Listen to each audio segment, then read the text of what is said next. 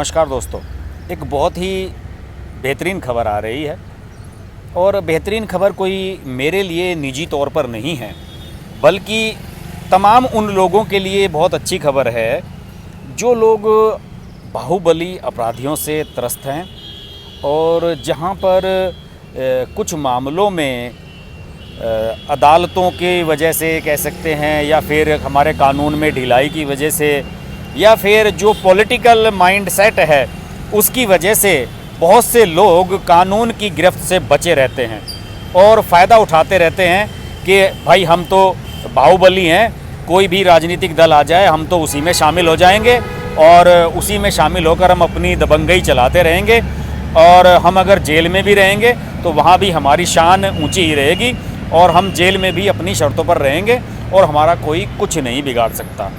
मैं ये कहानी बता रहा हूँ आपको इस बारे में, मुख्तार अंसारी के बारे में। सब जानते हैं कि मुख्तार अंसारी पूर्वी यूपी का कितना बड़ा गैंगस्टर है, लेकिन पॉलिटिकल लीडर है। ये लोग कभी सांसद बन जाते हैं, कभी विधायक बन जाते हैं और इनकी स्थिति ये है कि अब ये किसी भी तरीके से अपने आप को पॉलिटिकल सेटअप में फिट करके रखते हैं। और ये सारी कहानियाँ मैं आपको इसलिए बता रहा हूँ क्योंकि इन लोगों ने ईस्टर्न यूपी में जो आतंक मचाया हुआ है उसका आकलन आप तभी कर सकते हैं जब आप ईस्ट यूपी के किसी ज़िले से आते हों, गोरखपुर, बलिया, इन इलाकों से हों, मऊ, इन ज़िलों से आप अगर बिलोंग करते हैं तो आप समझ सकते हैं कि मैं क्या कहना चाह रहा हूँ। बहरहाल पहले आपको मैं खबर बताता हूँ कि हुआ क्या है। सुप्रीम कोर्ट ने ये आदेश दिया है कि मुख्तार अंसारी को, जो कि पंजाब की रोपड़ जेल में बंद है, उसे 2 हफ्तों के अंदर उत्तर प्रदेश में ट्रांसफ़र किया जाए। ये मेरे ख्याल में साल भर से भी ज़्यादा की बात होगी। लंबे समय से मुख्तार अंसारी पंजाब में किसी अपराध के चक्कर में वहाँ बंद है और वहाँ पर बंद होने के साथ साथ उसने कुछ इस तरीके का अपने बारे में वहाँ पर सेटअप बना लिया पंजाब की रोपड़ जेल में कि उसके खिलाफ कोई कुछ जैसे कर ही नहीं सकता। जब यूपी की सरकार ने मुख्तार अंसारी की रिमांड मांगी कि भाई इसको हमारे हवाले किया जाए और हम इसके खिलाफ जो केस वहाँ पर चल रहे हैं उनमें हम सुनवाई आगे बढ़ाना चाहते हैं, तो पंजाब सरकार ने उसका एक मेडिकल चेकअप कराया और उस मेडिकल चेकअप में डॉक्टर्स ने ये कहा कि भाई इसको बहुत सारी बीमारियां हैं, सांस की बीमारी है, ये भी है, वो है, बीपी की बीमारी है, हाइपरटेंशन है और मेरे ख्याल में 10 या 11 ऐसी बीमारियों को उन्होंने बता दिया वहाँ की कोर्ट को कि पंजाब के जो जेल मंत्री हैं कि भाई ये इस हालत में इसको ट्रांसफ़र नहीं किया जा सकता, अगर ये पंजाब से उत्तर प्रदेश भेजा गया तो शायद रास्ते में मर जाएगा। कुछ इस तरह का एक्सक्यूज़ दे दिया गया और उत्तर प्रदेश सरकार लगातार सुप्रीम कोर्ट में दस्तक देती रही कि भाई हमें ये चाहिए, हमें ये चाहिए और जो भी है अगर ये अस्वस्थ है तो हम इसका इलाज कराएंगे, हम डॉक्टर के पास ले जाएंगे, हमारे पास भी डॉक्टर्स हैं। इन सब चीज़ों को तर्क वो देते रहे। आखिरकार जाके लंबी एक जब बहसबाजी चली तो जस्टिस अशोक भूषण और आर सुभाष रेड्डी की जो पीठ है सुप्रीम कोर्ट की, उसने शुक्रवार को ये डिसीजन दिया कि अंसारी को 2 हफ्ते के अंदर यूपी को सौंप दिया जाए। इस बारे में मैंने एक वीडियो बनाया था, आपको अगर याद होगा, जो मेरे रेगुलर सब्सक्राइबर हैं, उस वीडियो में ये बताया था कि अलका राय जो कि बीजेपी की विधायक हैं और स्वर्गीय कृष्णानंद राय जो बीजेपी के विधायक रहे हैं उनकी विडो है, उन्होंने कई बार कांग्रेस की नेता प्रियंका गांधी को लेटर लिखे थे और ये कहा था कि मेरे पिता का हत्यारा मुख्तार अंसारी पंजाब सरकार ने अपनी जेल में बंद किया हुआ है और मुझे उस इंसाफ दिलाने के लिए आपकी सरकार उसे यूपी सरकार के हवाले क्यों नहीं कर रही है। इस पर मैंने एक लंबा चौड़ा वीडियो बनाया। मैं उस बारे में नहीं जाना चाहता कि इन दोनों के आपस में क्या मामला था, उसको आप वीडियो को देख सकते हैं, मैं उसका एक लिंक आपको डाल दूँगा।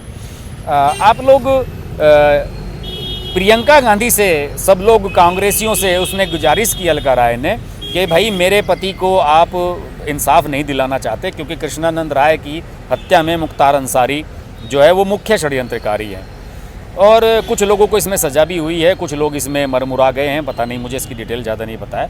उस वीडियो को आप मेरे देख सकते हैं, उसमें मैंने इसके बारे में विस्तार से बताया था। बहरहाल पंजाब सरकार टाल मटोल कर रही थी और लगातार पंजाब सरकार पर यह दबाव बन रहा था योगी सरकार सुप्रीम कोर्ट पहुंची हुई थी और लगातार ये कह रही थी कि हम लगातार वो ट्रांसफ़र की याचिकाएं डाल रही थी कि भाई आप हमें इसके हमारे हवाले इसको क्यों नहीं करते।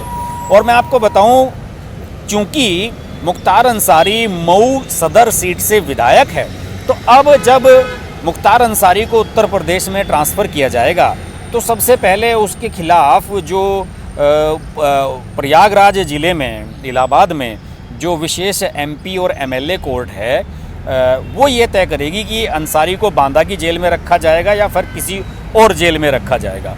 क्योंकि यहाँ भी कई पेचीदगियाँ हैं। देखिए, कानून में किस तरीके से अपराधियों को छूट मिल जाती हैं, और पॉलिटिकल सेटअप होने की वजह से ये तो पहले बचे रहे। कभी ये समाजवादी पार्टी में चले गए, कभी ये बसपा में चले गए। इनका भाई अफजाल अंसारी, वो भी कभी सांसद बन गया, कभी विधायक बन गया। ये लोग बचते रहे। लेकिन जब से योगी सरकार बनी है, इनके खिलाफ ज़बरदस्त अभियान चल रहा है।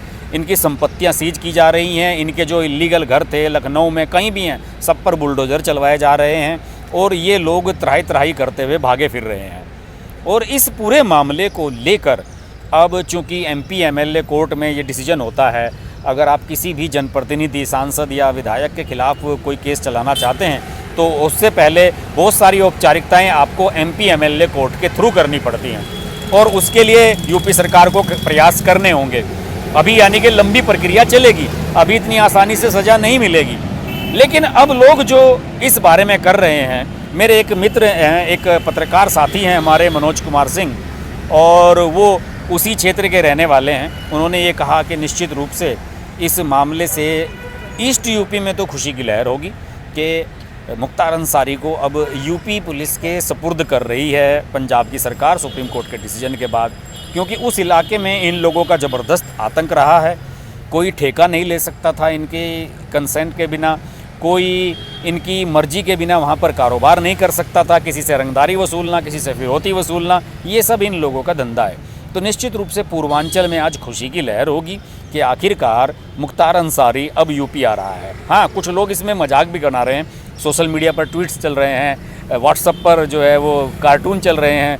लोग ये कह रहे हैं कि यार यूपी सरकार का तो रिकॉर्ड रहा है कि जब ये अपराधियों को लेकर आती है तो इनकी गाड़ियाँ अक्सर पलट जाती हैं। विकास दुबे का आप मामला देखिए जो हुआ था, तो गाड़ियाँ अक्सर पलट जाती हैं। तो लोगों को तो ये भी इंतजार है कि पता नहीं इस बार गाड़ी पलटेगी या नहीं। बहरहाल मेरा मानना है कि ऐसे लोगों को कानून के तरीके से ही सज़ा मिलनी चाहिए, और जो कर्म इन लोगों ने किए हैं उसकी सज़ा इन्हें जीते जी भुगतनी चाहिए। इस तरीके से इनकी मुक्ति नहीं होनी चाहिए। मेरा मन था कि इस खबर को आप तक पहुंचाऊं, क्योंकि नेशनल मीडिया का ध्यान इस पर नहीं है। नेशनल मीडिया का ध्यान सिर्फ ममता बनर्जी और नरेंद्र मोदी पर है, और उनका 5 चुनाव का जो तामझाम चल रहा है उस पर है उनकी सारी दिलचस्पी। तो वो तो इस बारे में आपको बताएंगे नहीं। तो मैंने सोचा कि मुख्तार अंसारी को अब यूपी शिफ्ट किया जाएगा 2 हफ्ते के अंदर, तो इस पर हमारी नज़र बनी रहेगी, हम बात करते रहेंगे। आप देखते रहिए हर्ष की बात लाइव। नमस्कार। और हाँ, देखते रहिएगा कोई गाड़ी ना पलट जाए। अगर आपको हमारी वीडियो पसंद आई तो वीडियो को लाइक करें, चैनल को सब्सक्राइब करें और नोटिफिकेशंस के लिए बेल आइकन को प्रेस करें।